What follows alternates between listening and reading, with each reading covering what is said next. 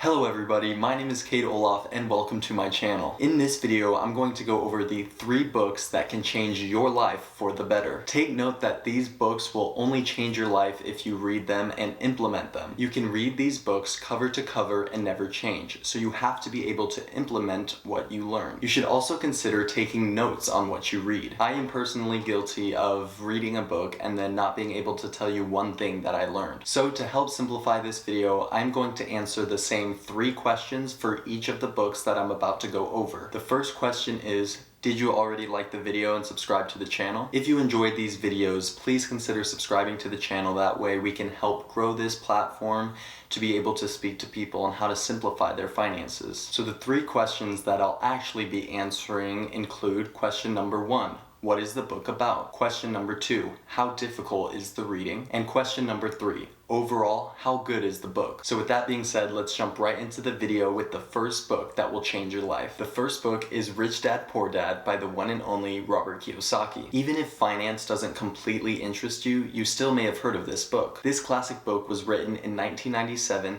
and has since then sold more than 32 million copies. Selling over 32 million copies begs us to ask our first question, what is this book about? The author Robert Kiyosaki writes this book about his 2 dads, his real father being the poor dad and his best friend's father being the rich dad. In the book, Robert then explains how his rich dad views money versus how his poor dad views money. The great thing about this book is that you get to see inside the mind of the wealthy dad. It then opens up your mind to see and understand how the wealthy think. I mean, if you are never exposed to the process of wealthy thinking, how are you supposed to become wealthy? Robert executes this book in a way that's easy for beginners to understand. And that is the main reason why I chose this book as our first book that will change your life. This is the book that will help you change your mindset about money and help you view money in a different way. So question number 2, how difficult is this reading? The reading of this book is not difficult at all. In fact, it's actually incredibly easy to follow. It is written to keep you entertained, but to also inform you. Like I said before, I'm not a huge reader and I actually find it a chore to get through a book. But this book was incredibly inspiring and it actually made me want to keep flipping to the next page. And question 3, overall, how good is this book? I give this book a 10 out of 10 perfect score. There is a reason that it has sold over 32 million copies and that it stays at number 1 in the world of finance literature. Whether you're a financial guru or you're just someone starting out on their financial path, you will benefit from this book. One of the main lessons that I learned from this book that I'll always remember is that it's not about how much money you make, but it's about how much money you keep. This statement couldn't be any more true, meaning that there's a difference between wealthy people and rich people. The difference that a person who is wealthy has sustainable wealth and a person who is rich has temporary money. To simplify even further, wealthy people will always be wealthy, and people who are rich will only have a lot of money for a period of time. The second book is Think and Grow Rich by Napoleon Hill. This is by far one of the most important books that you could ever read. And the reason I say that is because this book is practically a blueprint on how to get rich. And take note that the rich this title is referring to is not specifically talking about money. This book will teach you how to get rich in all areas of your life and how to be successful. One of the reasons I love this book so much is because it not only gives you examples of successful people, but it also gives you step-by-step instructions on how to do the exact same things those successful people do. So let's jump into the first question. What is this book about? This book is about the psychological power of thought and how your brain can help you in the process of furthering you in your career for both monetary and personal satisfaction. To simplify, it basically tells you that becoming rich is a psychological choice. And Napoleon Hill captured that message in this book by studying over 500 self-made millionaires over a 20-year period. Take note that this book was written in 1937, so the self-made millionaires that were included in this study consisted of people like Andrew Carnegie, Charles M. Schwab, and Henry Ford. So if you wanted to get in the mind of some of the wealthiest people in the world, this book is your ticket. Question number 2. How difficult is this reading? I will be honest here and say that this book is definitely more complex than Rich Dad Poor Dad. The writing style of this book goes back almost 100 years, so the verbiage can become a little difficult. At one point, it was getting so psychological that I just had to skip a few pages. But overall, you get the gist of the book and you understand the message that Napoleon was getting at. And question number 3.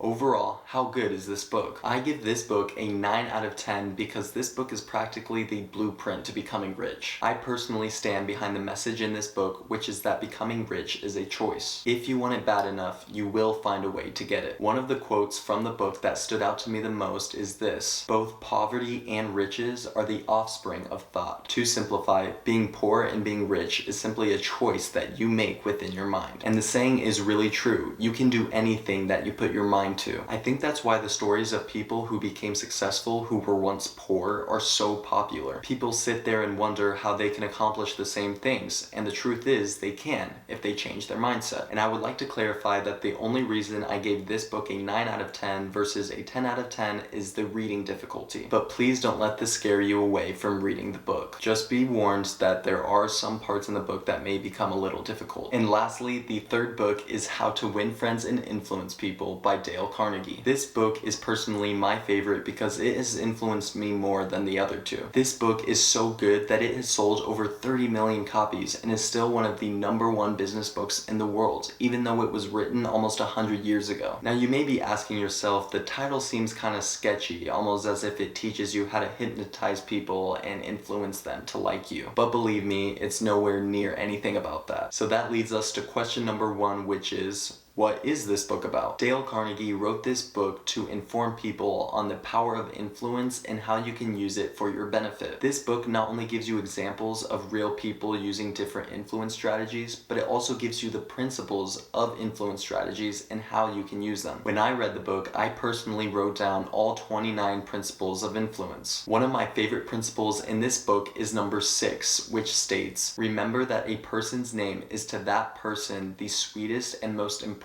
sound in any language. Now, truth be told, I have to work on this one in remembering people's names, but Dale Carnegie in the book suggests a great point. He says that when you meet someone, you should ask about their family and their views on a certain topic. That way, when you see that person again in public, your brain can pull your memories back together and you can remember their name. So question number 2. How difficult is this reading? This reading is surprisingly not very difficult, even though it was written a year before Think and Grow Rich. The stories in this book are very well written and easy to follow, and the verbiage does not seem to be as difficult as Think and Grow Rich. The principles at the end of each chapter make it easy to understand the meaning of the stories in each chapter. And last but not least is question 3, which is, overall, how good is this book? I give this book a 10 out of 10 because if used correctly, this book is very powerful. It literally teaches you how to be a likable person. I mean, at the end of the day, everything we do involves working with someone else. So being that this book teaches us the principles of how to communicate with people, I personally rank it the best out of the 3. After seeing all the principles at the end of this book, you're really able to start implementing these right away. One of the other principles in this book is to simply smile. And when I read these stories of how powerful a smile is, I noticed myself starting to smile more when I met people. This book takes what most people might think complex and simplifies them in a way to where you can start implementing them. So those are the 3 books that will change your life if you implement their knowledge. If you're interested in purchasing any of these 3 books, I left links in the description below where you can purchase them. With that being said, I hope you enjoyed the video. Make sure to like, comment, and subscribe if you thought this video was helpful for you. Also make sure to tap the notification bell when you subscribe, that way you don't miss out on any of my new videos. And as always, I'm Cade Olaf, and I'll see you in the next one.